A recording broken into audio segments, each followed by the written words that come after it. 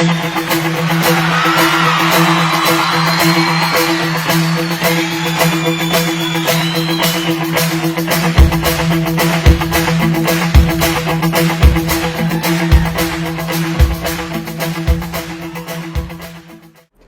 guys, welcome. It's been great to see you and I feel very underdressed. Can you just tell us all who's who? Hi, I am Dusty Childers, also known as Duddy Lynn or Dusty Shoulders. Shane O'Neill, occasionally known as Shane, and known online as Shane Island. Oh really? That's a long story. No, I loved the movie. I have a filmmaker who came back from Sundance, and his movie was always on with your movie. The Walter Mercado movie. Yes, beautiful. And he came back and he screamed at me, "You have to see this film." And I did, and I loved it. And we were trying to get an interview with you way back last year. And I was really excited to discover that the Metrograph in New York are giving you a theatrical screening or streaming online. So let's talk about The Shawl. Well, one of you want to give us a brief description for people who haven't seen it yet? Yeah, you go ahead. The Shawl is a short-form animated documentary. It's nonfiction. It's about me and my love Dusty, Magic, and Stevie Nicks. And fat people. Fat people, yes. The costumes are wonderful, and now I can see, watching you, where they came from. And what's incredible is that the woman who animated it had never met us in real life. Oh, that is extraordinary. She heard our voices, and she had seen photos of us, like still photos online, but she animated the whole thing before she met us. That is extraordinary. So let's talk with your story then. What's with this obsession with Stevie? Well, I mean, I feel like I just found one of my, I used to do these collages for like, when I would be making a look, I would pull images and make little collages and print them out and put them up on, like a mood board. And I found one of my mood boards from like 12 years ago for Night of 1,000 Stevies, and I was like, oh, I've been into Stevie Nicks for a really long time, way longer than that. My father would play Fleetwood Mac, and I was like, this woman is so incredible. So like, she just sort of always existed in my mind, and I started going to Night of 1,000 Stevies 13 years ago, and have been having the best. And now we perform at Night of 1,000 Stevies with our friend Bridget. So it's really just a part of like, she's a white witch, and so it's like, what is there not to love, right? Courtney Love, in an interview a long time ago, I remember reading this in high school, she said that she always used to fantasize that Stevie Nicks was her fairy godmother who would come and take her away. And I think that obviously the easy answer is that Stevie Nicks is like one of the greatest songwriters ever. Yeah. But then on top of it, she's got an entire aura of like protection and acceptance and mystery and like there's a lot of substance with her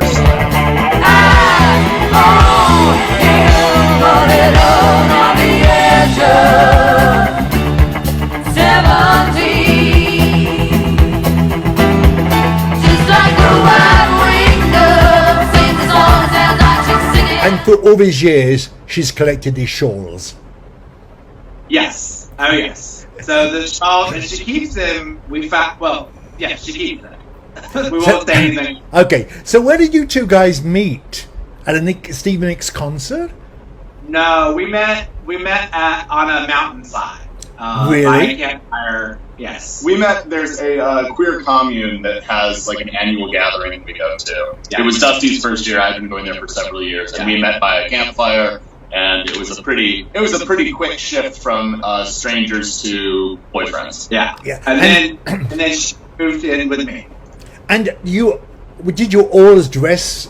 I shouldn't say similar, but with a same sort of aesthetic. Was it all? Have you all molded together now?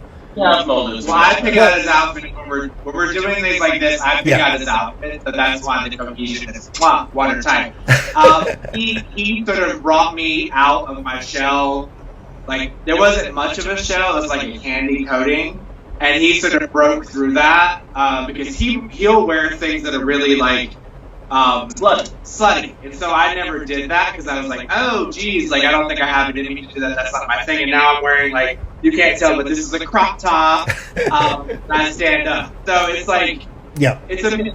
Dusty's whole thing is acid grandma, and it kind of always. Oh, really? That's a good expression. And so, how did you meet with Sarah or Michael to make this into a movie in the first place? So Sarah and I went to college together, Mm-hmm. and we were friendly but not super close. And then we just sort of kept crossing paths. Literally, like I remember, I ran into her outside of like a grocery store in Park Slope, Yeah. and then we kept sort of intersecting. And then Sarah was working with Brian Farley, another friend of ours who we went to college Mm-hmm. with, and they had wanted to make an animated something or other. So Sarah just asked me to come into a recording studio and talk and tell stories that could be animated. I said, why don't I bring my boyfriend too? And that's how it all happened. It happened very organically and very unexpectedly, I would say. Yeah. And so then it takes a long time to make animation, and so Yeah. we were just sort of sitting on it, like being like, oh, I wonder what that's going to look like. So, and the words are yours? Yeah, so we literally went into the This American Life studio because the guy who, what's his name? Seth Lind. Seth Lind works there, and so we were able to use their incredible equipment. And so we're just sitting there, literally shooting the shit for 3 hours. We had like a snack break in the middle, and we were like, at the end of it, we were like, good fucking luck figuring out which story you want, and like. With the animation, it would, you could only do such a small thing, or it would have been forever. And so they gleaned this, and Seth really is the superstar, unsung hero of it, because he clipped it all and pasted it, and that audio shit is so, it baffled me to think about how he intertwined that story. So, but yeah, it was unscripted. Yeah. I think one of my favorite lines, I can't remember who said it, I think it's you, Dusty. In women's, I'm size 24. In men's, forget about it. I love that line. So this has been a big success. I'm glad it's got a theatrical. Is there anything to follow this? We are working on turning this into a TV show. Praise be to the goddess, please. I'm not sure how much we're allowed to say, but yes, we are. Oh, everyone we have plans. Involved is optimistic and excited about the possibility of making this an animated TV show. So, it did the festival circuit, I presume, after Sundance. And is it got a life in other theatres or other onlines after Metrograph? Well, it just finished playing. It's still playing. December 4th is last time. There you go. It just did a week-long run on not everyone's favorite, but a lot of people's favorite app, Scruff. We did the Little Wolves Film Festival, and a lot of our friends have the app and got to see it that way. Oh, good. Which is so exciting. My favorite part was a lot of our, cis, straight, female friends, for example, getting Scruff accounts so they could watch it. Scruff is a gay hookup site for men, carrier men, usually. Apart from that, this is our first sort of Oscar-qualifying theatrical run. That's the most exciting thing. It's like, dream upon dream being on the short list. So I'll just put that out there into the universe. But it is Oscar qualifying because it's at a theater, and so we're excited. We're not sure if there's going to be theatrical runs apart from that. Yeah. We're open to that. And it'll have a home online once we've sorted things out.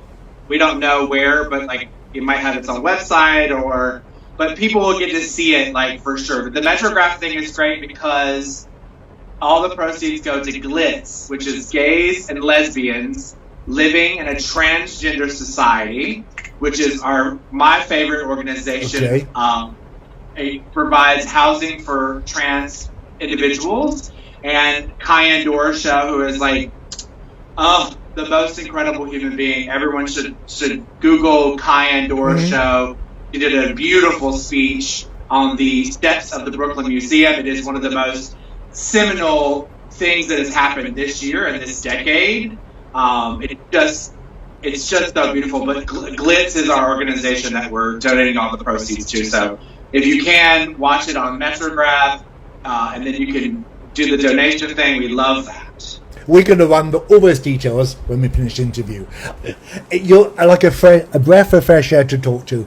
I really was so excited about the movie, which I just watched again before this, and I suggest everyone grab a hold of it, because this is a sort of movie we need in this time. And I hope Stevie Nicks is excited about it as we are. She has seen it, and we have heard that she liked it. I think she said, wow, I love this movie. Perfect. Great. Thank you for talking to me today. Thank you. It's such a pleasure, Roger. Thank you. Thank you.